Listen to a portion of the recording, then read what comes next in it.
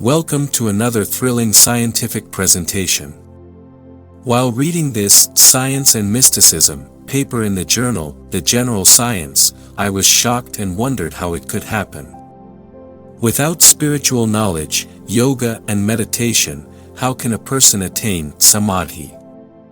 It appears absurd but true that a German theoretical physicist Werner Karl Heisenberg, who won the Nobel Prize in 1932 for his theory on quantum mechanics, could achieve that. He went so deep into science that his mind entered a subtle state and achieved the state of Samadhi. Let us understand step by step how he could achieve that. What is quantum physics? Everything physical around us is matter, like trees, houses, the sun, the earth, etc. And the energy inside the matter is a fundamental unit called an atom. If the matter is made into pieces, the smallest particle we get is an atom. An atom is the smallest unit. Its size is 100 millionth fraction of a centimeter. Atom is also called a microcosm. Like there are cosmos outside, that is the universe, the atom is a microcosm, the subtle universe. Like the solar system has a sun and planets, the dynamic rule is the gravitational force. Likewise, an atom has a solar system, its dynamic rule is known as quantum physics. Quantum physics deals with the atom and its particles, neutron, electron, proton, and a central nucleus. The nucleus is only 0.1% the size of the atom but has 99% mass of the atom within. You can imagine how small a hydrogen atom would be, and the scientist studying quantum physics who researches these subtle particles, the mind also becomes subtle. Let us first understand what is Samadhi. Watch carefully. What is happening? Based on this, I want to tell you something. There is a bulb switching on and off. This is enough to understand Samadhi. If you want to understand Samadhi in a very simplistic manner, Samadhi is switching off the mind completely. If you want to understand the advanced concept, be attentive to what is mentioned in Ashtanga Yoga. Dharana means concentration. To be focused is dharana. Then we reach the stage of dhyana. When there is continuity in dhyana, we reach Samadhi. Samadhi is of two types, savikalp and nirvikalp. I have told you as per my research and my guru's blessings. If you know more, do comment in the comments section. In savikalp Samadhi, your mind gets dissolved. Your mind gets switched off, and you enter the stage of deep concentration, dhyana. You are unaware of the outside world, but still, imaginations are going on. Your wandering mind becomes stable, but still, the thoughts are created, that is why it is called savikalp Samadhi. But in nirvikalp Samadhi, your mind, ego, everything dissolves. Intellect also dissolves, and the yogi enters the state of deep dhyana and experiences bliss. No imagination, no thoughts. That is why it is only Samadhi itself. Pure Samadhi is only Samadhi, no thoughts, nothing else. Now I will tell you about Heisenberg. He would be in a state of savikalp Samadhi during research work. We will know more about it. But here, the basic concept of Samadhi is clarified. I will also tell you what a yogi experiences during Samadhi. How he experiences bliss, knowledge and truth is beautifully described in a book. The book is Autobiography of a Yogi, in chapter 14, titled Experience in the Cosmic Consciousness, is a poem depicting the experience of a yogi or seeker during a Samadhi. It is very interesting and amazing. We shall give its PDF to you. Let's now talk about Werner Karl Heisenberg. He was a scientist who never learned yoga or meditation or did spiritual practice but could still do Samadhi. When he used to study atoms and quantum physics, sometimes his mind would experience stillness in the void. Furthermore, he would not understand what was happening to him. It was witnessed by his friend and colleague, scientist von Weizsäcker. This was published in Yoga International Magazine Volume 3 No. 6 in 1994. Heisenberg visited India for the first time in 1929. He was much impressed by the science and philosophy here and met Rabindranath Tagore. He also got spiritual knowledge. He became clear that the silence of his mind he was experiencing was a spiritual state, and this spiritual science was indigenous to India. He also studied Vedanta, and after returning to Germany, he would frequently hold discussions with spiritual leaders like Krishna Gopi. Gradually, as he studied more about spirituality, he also achieved the state of Nirvikalpa Samadhi. This was too confirmed by his colleague von Weizsäcker. Professor Weizsäcker had no interest in spirituality initially, but due to the company of Heisenberg, he too developed an interest in spirituality and visited India.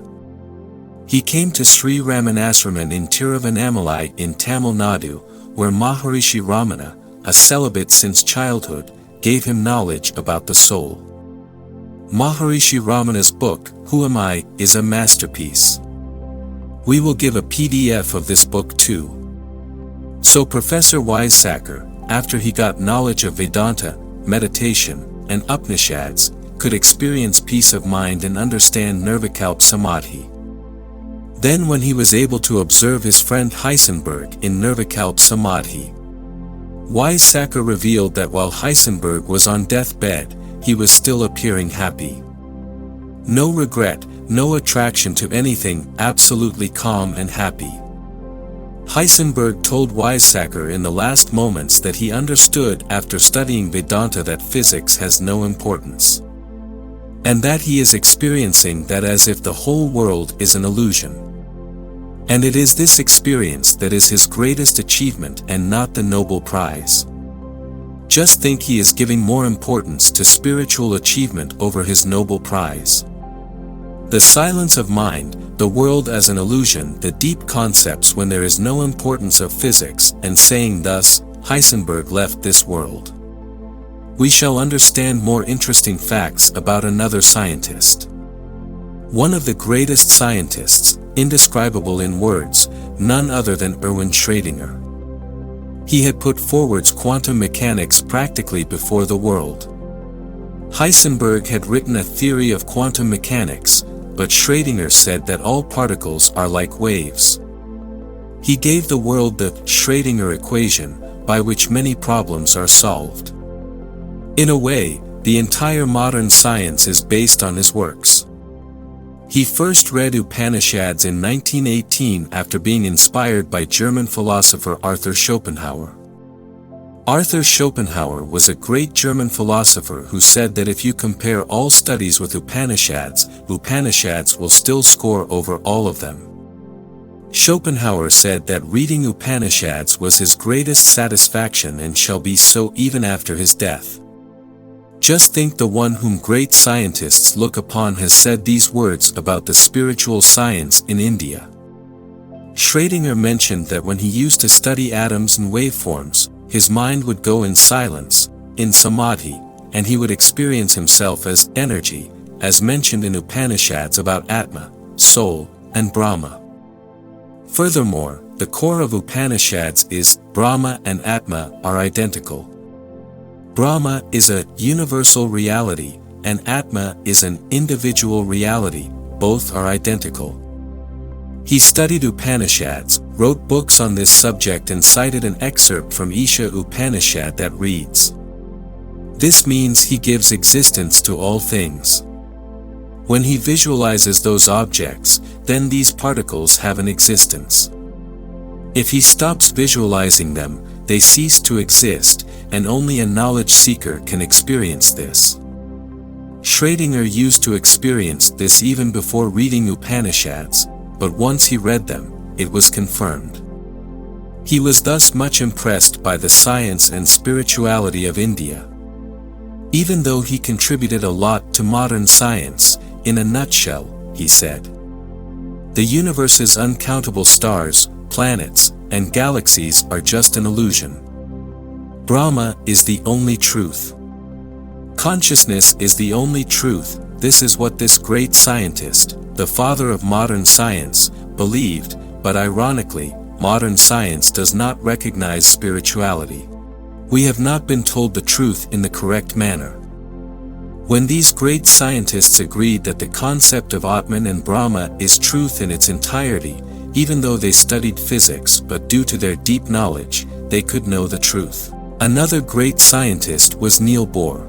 Niels Bohr also got the Nobel Prize. He had researched atomic structure. He said a very interesting fact. Whenever lots of scientific questions surround me, I read Upanishads to get the answers, said Niels Bohr. Such great scientists are rare. A point to ponder is that scientists like Bohr used to study Upanishads in their scientific problems. Next is another great writer and philosopher, Alan Watts. He said something great. That India is a master of science and spirituality. Moreover, this is what he propagated in Western countries as well. He propagated Eastern, Indian, philosophy in the Western world. Let us see what he said. See the difference between Western and Eastern philosophy. So, at last, we understand science is spirituality and vice versa. Spirituality cannot be proven without science, and vice versa. So wise men have said that people who are interested in science can experience Samadhi very easily. Even though they don't have spiritual knowledge, but can understand the spiritual conversation and attain Samadhi state much better than an ordinary man. This is because they understand science to its core. One more thing our wise men have said: if you want to understand the universe, you must understand spirituality, without which it is not possible. Scientists can understand physics, but the knowledge remains incomplete without spiritual knowledge. That world is an illusion, and only after spiritual knowledge could, in the true sense, understand Atma, Brahma, the real existence. We need not be scientists, but if we have spiritual knowledge, we will still be scientists. Because by spiritual knowledge only, we can understand the whole world and itself. This science was also known to Nikola Tesla, a scientist par excellence. His efforts only made electrical power, AC, a reality. And Nikola Tesla ran to Swami Vivekananda, because a scientist can recognize a scientist, and Swami Vivekananda was a spiritual scientist. And Nikola Tesla was a material scientist. Nikola Tesla knew very well that studying physical science, also spiritual science, is the foundation. And one who understands this spiritual science is a mentor to me. That is why Nikola Tesla attended Swami Vivekananda's lecture. Thus it is clear that if you understand science deeply, whether physics, chemistry, or biology, the more chances are you become spiritual too. Nikola Tesla made 10 predictions which subsequently proved right. He was not an astrologer or a spiritual guru. The future is mine for which I have worked, said Tesla. He could predict 100 years before what shall be the technology like. Again proves that spirituality is science and science is spirituality. How did you find the video? Do share your views in the comments section. There is an announcement. First, you must type in Google, Activate Health and Wellness. You will find the Manthan Hub article in the search options. Read the article. In the end, you will find PDF links to various books. It will shift your mindset to the next level. Next, if you have not joined our Transformational Brain Rewire program, then you must join now. Brain rewiring is a musical therapy using a positive affirmation technique. After listening to them, old negative sanskaras, habits, are removed very fast. Bad addictions are removed, and positivity increases in your life. Many people have shared their experiences of brain rewiring, you must read our community posts to know about it. Experience is true knowledge, and brain rewiring can help you to make it happen.